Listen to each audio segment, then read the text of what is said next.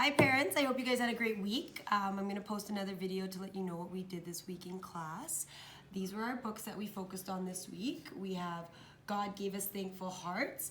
We're talking about this week especially, we talked about it, and next week going into Thanksgiving, what it means to be thankful. This book was a really good one because the character in the book, the wolf, the little wolf was very much focused on the negative things in his life and the things that he didn't like, and the whole book was about learning to be happy with what you have and to be thankful for what you have. So we talked a lot about being thankful with the students this week, and we're going to bring it into next week where we talk about and do some thankful writing. We looked at Chicka Chicka 1, 2, 3, and this is a great counting book. It puts the numbers on the tree all the way. This is a long one. It actually goes numbers 1 to 100, but the kids like it because it's kind of funny when you read it. So it goes up on the tree is 1 to 100, and then it counts back down. It skips like 10s, 20s, 30s, 40s as well.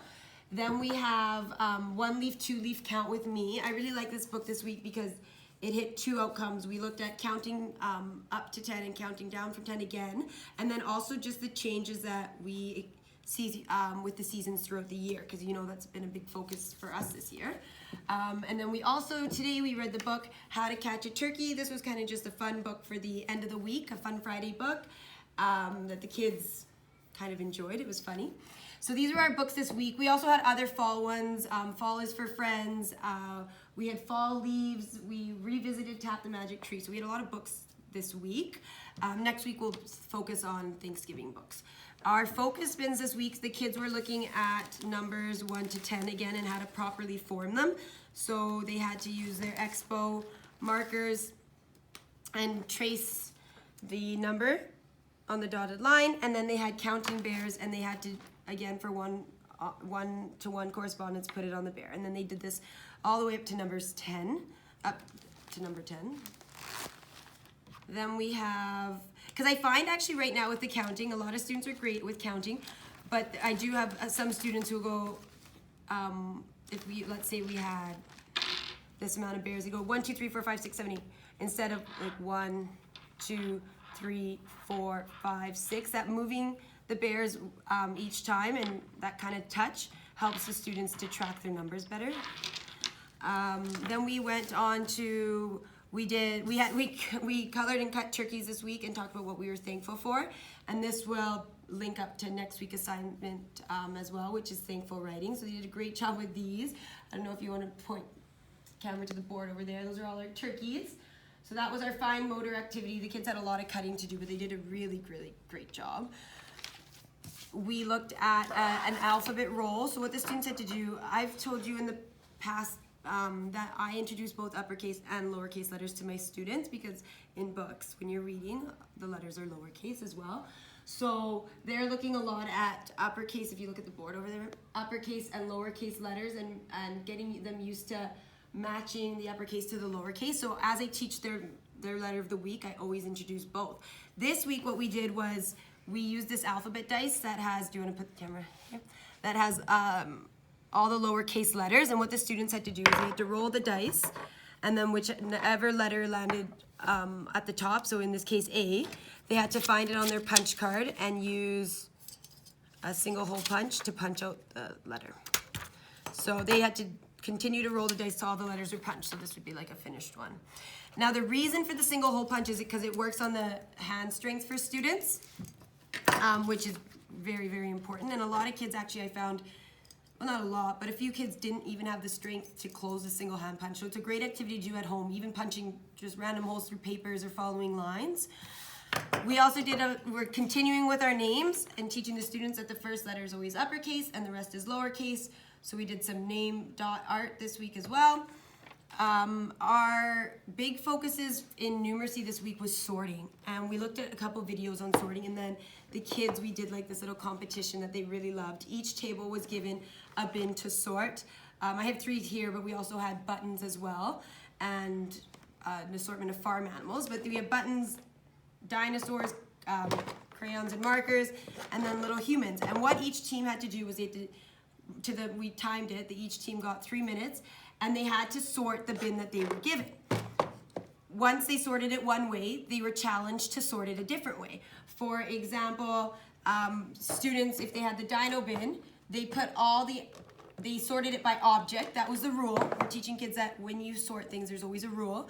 So for example, they might have sorted it, all the pink, I don't even know what this dinosaur is called, but each object was sorted. So these dinos were put together, these ones were put together, and then we'd go around and we'd say, well, okay, now if we put them all back in the bin, what's a different way of sorting them? And then they chose to sort them by color. Or for the humans, for example, they sorted them by color the first time, and then when we asked them what's a different way to sort, so the kids could come up with their sorting rule, and they could do like large humans versus small, like big and small sorting, or they would do humans versus animals, because there was animals in here as well. So looking at different ways we could sort the same group of items. And that was really fun. They loved kind of making a game out of it. So when you're at home, I don't know, if you're cleaning up your toys or you're making dinner, how can we sort the food in our fridge, or how can we sort our vegetables? How can we sort the toys or the crayon boxes? It's a very important outcome in kindergarten. And when the kids are sorting, it's important that they learn to tell you what their sorting rule is. I sorted it by shape, object, color, by vegetables, food groups, so things like that. We'll continue doing that throughout the month. We also looked at, they did their first round of self-portraits. So I did a guided drawing of a full self-portrait, head to toe, and they did their first September self-portrait. So in kindergarten, I do these every month, so you guys could see the progress from September to June. And each month, I have a different focus throughout that month regarding self-portraits. So this month, it was all about the face. And as you can see, yes, the body here is clearly not attached to a neck or anything, but if you look at the face, there's eyelashes, eyebrows, eyes, a nose, a mouth. So that was our focus this week, was the details on a face. This month, it's gonna be looking at our bodies. Do we have stick hands? Do our legs come from our heads? Things like that. So you'll see the progress throughout the year with their self-portraits. And as you know, every child's on their own learning path, and every child is at a different level, because obviously a student like this already understands the idea of a body. So as we go through the year, though, you'll still see improvements and changes. By the end of the year, they'd have details on their shirts, and they'd have more of a proportionate body, and they'd add color, things like that. So that's self-portraits, and those will be put in the kids' journals. We did our practice printing books again this week for letter C. The students are actually getting used to writing on the lines, which is awesome. They're doing a really fantastic job. And I sent home letter C for homework for those students who need the extra work. So please get those done as well this weekend. And then another fun game, that we did this week in class was bingo. The kids, I did it with my morning. I didn't have time with my afternoon, but hopefully next week we'll get to it with the afternoon. They each got a bingo mat, and I'm the bingo caller, and I'd reach into my bag and I'd pick a letter, and I'd give them a hint about the letter before I told them what it was. For example, I'd say, okay, the letter that Miss Sacramento has in her hand is the beginning sound in these three words: cat, candy, car. And then they'd have to say C.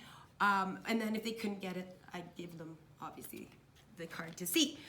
Or I'd say if it was a letter A, for example, okay, students, it's the first letter in the alphabet. Or for my name, when I pulled V, I said, Miss Saccomanni's name starts with this letter, my first name. So that's such a fun one to play at home, to be honest with the kids. And then also parents, I know I sent out the link to the Jolly Phonics videos. We listened to, if you want to show the smart board, we listen to this video 2-3 times a day. And we're looking at really focusing in on that initial sound in words right now. So A, it's ants on my arm, so there's an action to go with it. But we've gotten to A, B, C. Next week we'll start letter D. But please, if you guys can listen to these songs at home, it'll help the students with the letter sounds. And then also this week our letter that we focused on was letter C. And uppercase and lowercase, we call it the magic C because we use C to form a lot of other letters. For example, if I was writing the letter A on the board, we have to make a magic C and then close it with a tail. So it's our magic letter. or we make a C for G, and then we add a longer tail. I call it a monkey's tail. But anyways, our magic C was the focus this week. And I did teach our kids that C has two sounds. It says K, but it also says S. And we see that in words like centers, circus, celery. So if you guys can work on that at home, because it is very confusing for kids to understand that, because they automatically associate the sound with letter S. So next week we'll be moving on to letter D and letter D sounds. If you can continue playing sound games with your kids at home, where you give them 3 words, baby, bat, ball, and they have to tell you what letter it starts with, or you can even say to them, okay, what letter starts with the letter A? Cat or antelope? And they'd have to tell you which one. These games are so quick and they can be played anywhere, so it's great if you can do it at home for me.